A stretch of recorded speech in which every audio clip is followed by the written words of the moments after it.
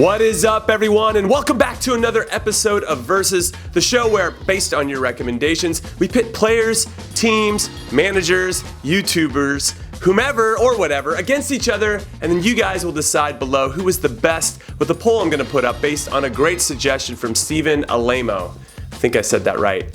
Alamo. So thanks, Steven, for that. And this week, courtesy of Flory, thank you, Flory, we're going with a three-way versus. Steven Gerrard versus Frank Lampard versus Paul Scholes, who are arguably the three best midfielders that England has produced over the last two, maybe 3 decades? 3 decades might be too much, so maybe the last 2 decades, who have over 1,300 league appearances and 539 top-flight goals between them. And that is a lot. And I'll go first because I'm a fan of Super Frank Lampard, which I would like to add is the best nickname of the bunch. I mean, come on, Stevie G and Scholesy? What are we, 8 years old with those nicknames? Listen, if you're starting your argument about why Lampard was the best by nicknames alone, then you've already admitted defeat. Aye. That's fine, then let's just get to the stats. Super Frank had 177 goals and 609 appearances in the Premier League. Stevie G Money had 120 goals and 504 league appearances, and Scholesy had 107 goals in 499 games. Super Frank wins. Just end the video. You want to talk stats? Then don't leave out the part where Gerrard made the FIFA World 11 3 times to Lampard's 1 appearance, while Scholes had 0! Or the UEFA Team of the Year appearances, where Gerrard was voted in 3 times, while Lampard and Scholes combined for, yeah, you guessed it, 0!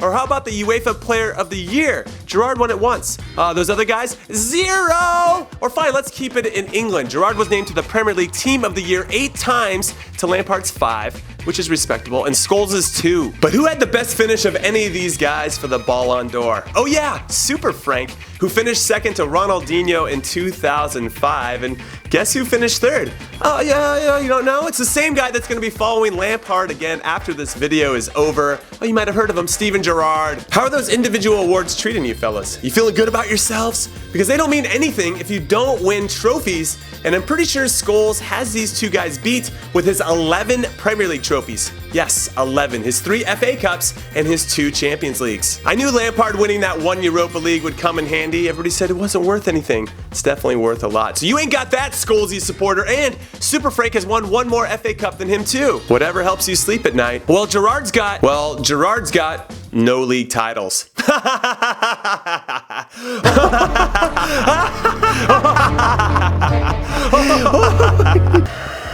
But he got a UEFA Super Cup. You guys got one of those? Alright, enough of the stats. Let's break these guys down as players, which may not be that easy, actually, since they all played similar positions and did similar things in those positions, namely scoring big goals with late runs in the box, having a good tactical IQ and intelligence about them, and being good link-up players to transition the team from defending to the attack. Except the part where Scholes retired from the English national team by saying that he wanted to concentrate on his club football and spending more time with his family instead. But really it was because he had to start out wide left instead of his preferred position in the middle of the field to accommodate 2 other central midfielders that the English manager preferred to have in there instead. And you might have heard of these guys. One is named Super Frank Lampard, and the other one is Steven Gerrard. You know, it's not Scholes' fault that Sven-Goran Eriksson was an idiot. I think you mean misunderstood Swedish genius, even though he played me next to Lampard all the time and it never really worked out. But I'm gonna go first on style of play because Gerrard was the ultimate box-to-box midfielder that was a smart ball winner who could drive the attack running with or without the ball, delivering long passes or scoring from distance. And this is an intangible, he was extremely loyal. He turned down offers from Real Madrid and Chelsea and AC Milan, among others, during his career to remain with Liverpool. But what I think he has, more than anything over these other 2 guys, is clutch moments. The guy was unbelievable with clutch moments, like that night in Istanbul where he led the famous Liverpool comeback against Milan in the Champions League final, scoring first and then urging his teammates and the crowd to get pumped up. And then there was also that clutch performance in the FA Cup against West Ham when he hit a thunder bastard from about 40 yards out.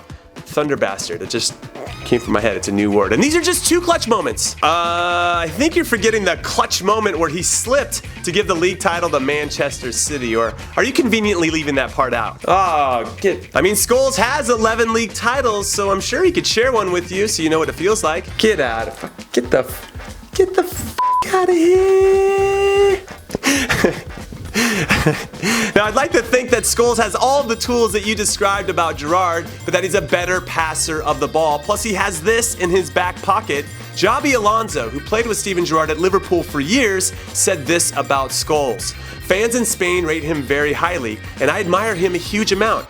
To me, Paul is a role model. He is the best midfielder I've seen in the last 15 or 20 years. Gerrard's former teammates said this. Oh, what else is there? There's Super Frankie, idiots, who not only could do all the things that Gerrard and Scholes can do, but he scored more goals by working harder than most, which I respect, but he never had Zinedine Zidane say this about him. Is he the best in the world? He might not get the attention of Messi and Ronaldo, but yes, I think he just might be. If you don't have a player like Steven Gerrard, who is the engine room, it can affect the whole team. He has great passing ability, he can tackle, and he scores goals. But most importantly, he gives the players around him confidence and belief. You can't learn that. Players like him are just born with that presence. That's funny because Zidane said this about Scholes. My toughest opponent? Scholes of Manchester. He is the complete midfielder. You rarely come across the complete footballer, but Scholes is as close to it as you can get. Can I drop the mic now? So what do you guys think? Do you determine who is best based on who scored more, or who won more individual trophies, or who won more team trophies? Now my vote, if I can vote. Do I get a vote? Yeah. You should vote. Okay, good. At their primes, and this is really, really close, like razor thin between all of these guys, because they did relatively the same thing for England, which has not helped their country win anything of consequence. I think, based on everything that I've heard, and what I feel in my heart, that Gerrard was the best. So there you have it. I have voted. What's your vote? Let us know down below, and then let us know what versus matchup that you want to see next. Later.